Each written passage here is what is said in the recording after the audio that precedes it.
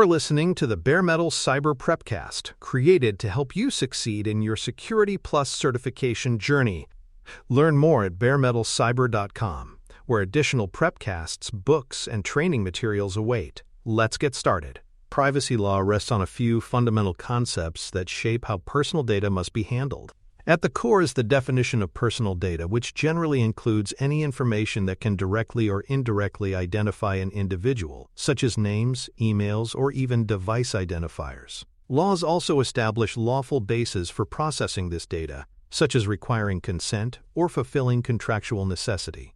They grant rights to data subjects, the individuals whose information is processed, and assign roles to organizations as controllers, those who decide why and how data is processed, or processors, those who act on behalf of controllers. These fundamentals provide the structure for how compliance must be built and demonstrated. Several major global frameworks set the tone for privacy compliance, each with its own scope and obligations. The General Data Protection Regulation, GDPR, from the European Union is one of the most influential, with stringent requirements on consent, breach notifications, and cross-border transfers. In the United States, California has led with the California Consumer Privacy Act, CCPA, and its update, the California Privacy Rights Act, CPRA. Canada enforces privacy through PIPEDA, while sectoral laws like HIPAA govern health data specifically. Though details differ, all these frameworks share a focus on giving individuals more control over their data and requiring organizations to demonstrate accountability. A key concept in modern privacy law is territorial scope, including extraterritorial reach. Organizations must comply not only with the laws in their home jurisdiction, but also with laws that apply to where their users or customers reside. For example, GDPR applies to any organization processing the data of EU residents, even if the company itself is located outside the EU. Similarly, CCPA, CPRA can apply to companies based outside California if they meet revenue thresholds and handle data of California residents. This extraterritorial reach means compliance strategies must be global in nature, not confined to local borders. Data subject rights are a cornerstone of most privacy regimes. These rights typically include access, the ability to request what data is held, correction of inaccuracies, deletion or erasure, data portability, and the right to object to certain processing. For example, under GDPR, an individual may request that their personal data be deleted if it is no longer needed for the purpose it was collected. Organizations must have processes to fulfill these rights within specific timelines. Respecting and operationalizing these rights ensures individuals remain in control of their data and demonstrates compliance maturity. Breach notification rules vary across jurisdictions but are universally important. GDPR requires notification to regulators within 72 hours of discovering a personal data breach, with details on the nature of the breach, categories of data affected, and measures taken to mitigate harm. U.S. state laws often impose their own notification timelines, sometimes requiring notices to affected individuals as well. Failure to meet breach notification requirements can compound penalties. Organizations must therefore maintain clear breach playbooks that include regulator contact points, notification templates, and predefined escalation paths to ensure compliance with strict reporting timelines. Data Protection Impact Assessments, DPIAs, are mandated for high-risk processing activities, such as large-scale use of sensitive data or systematic monitoring. A DPIA evaluates risks to individuals, privacy, explores mitigations, and documents the reasoning behind processing decisions. For example, a company deploying facial recognition for access control may be required to conduct a DPIA. Regulators expect these assessments to be completed before high-risk processing begins. DPIAs demonstrate a proactive approach, showing that organizations anticipate risks, consider alternatives, and document safeguards. They form a cornerstone of accountability under privacy regimes. Record-keeping obligations are another universal requirement. Organizations must maintain inventories of processing activities, including details such as data types, purposes, lawful bases, and retention periods. These records serve as the backbone for demonstrating compliance. For example, if regulators ask how customer emails are used, an inventory should show that emails are collected for billing, retained for 7 years due to tax obligations, and then securely deleted. Proper record-keeping ensures transparency, supports audits, and prevents organizations from losing track of their own obligations. Privacy by design is a principle embedded in most frameworks, requiring that privacy protections are integrated into systems and processes from the outset, rather than bolted on afterward. This includes minimizing data collection to what is strictly necessary, limiting processing to specific purposes, and providing default protections like encryption. For example, a mobile app designed under privacy by design might collect only the location data needed to provide service, not background data unrelated to its function. By embedding privacy considerations into design decisions, organizations reduce compliance risk and build trust with customers. Roles and responsibilities in privacy compliance must be clearly defined. Many regulations require the appointment of a data protection officer, DPO, or equivalent, who oversees compliance and serves as a contact point for regulators. Privacy leads coordinate operational efforts, while legal counsel advises on regulatory interpretation.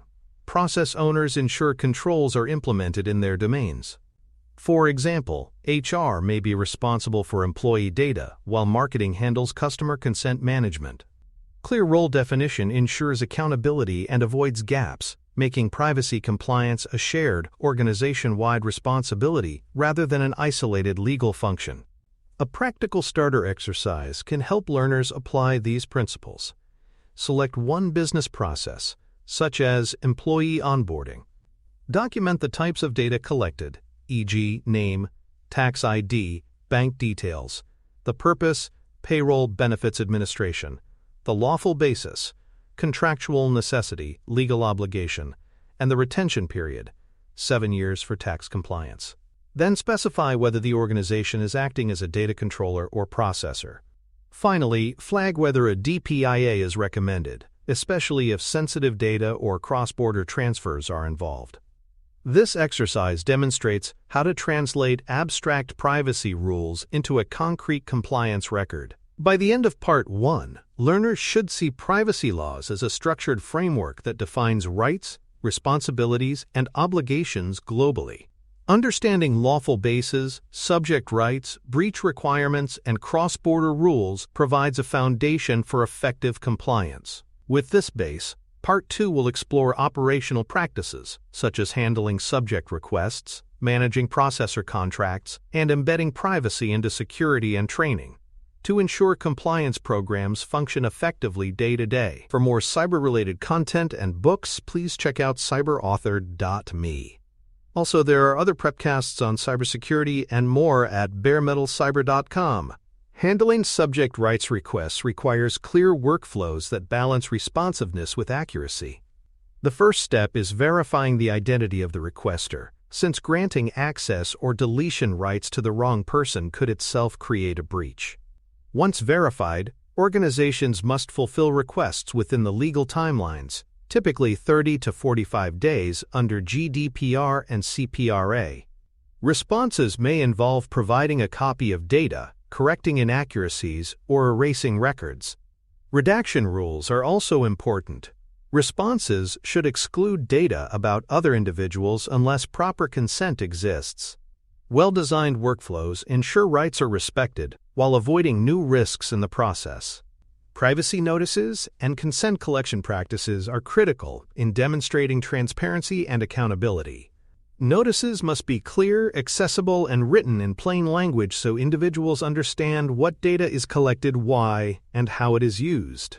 Consent should be recorded in a way that proves it was freely given, informed, and specific.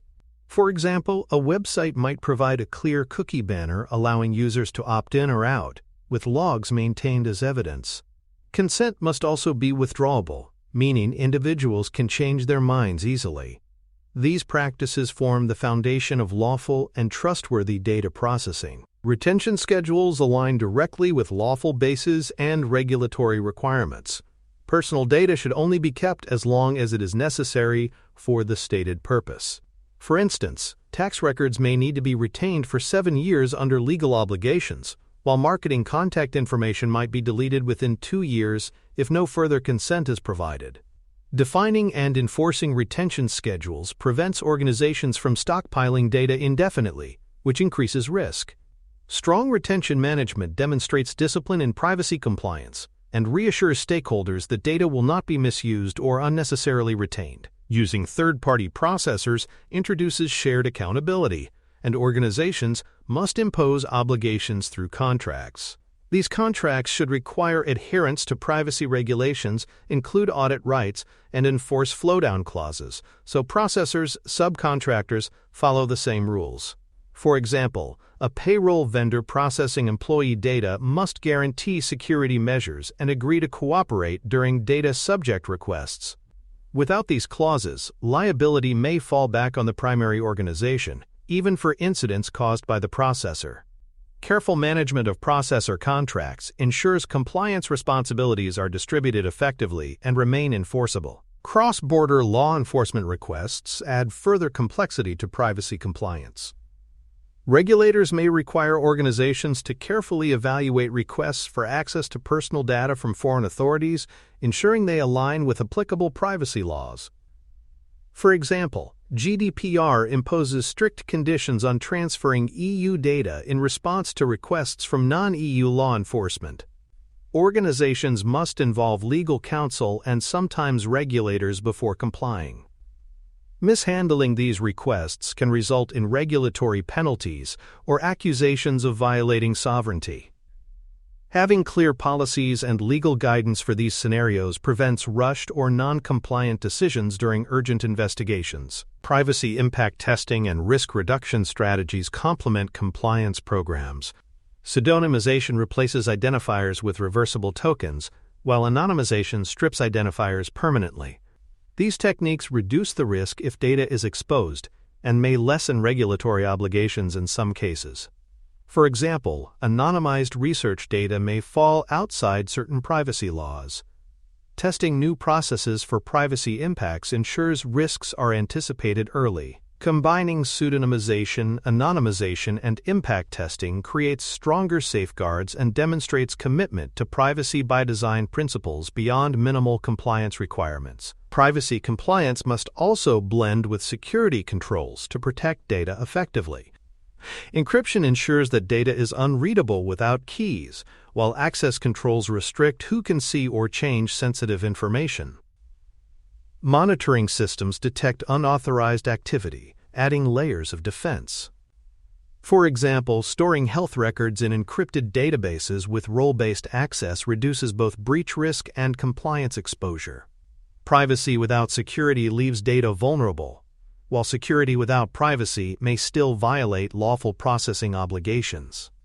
Together, privacy and security form a holistic approach to protecting personal information. Training programs are essential to ensure staff understand their privacy responsibilities. Employees with access to personal data should receive role-specific training, such as how to respond to subject requests, handle consent, or follow retention schedules. General awareness training ensures all staff understand company policies, like reporting potential data breaches promptly. For example, a marketing team might be trained to handle consent withdrawal requests, while HR staff are trained on employee data retention.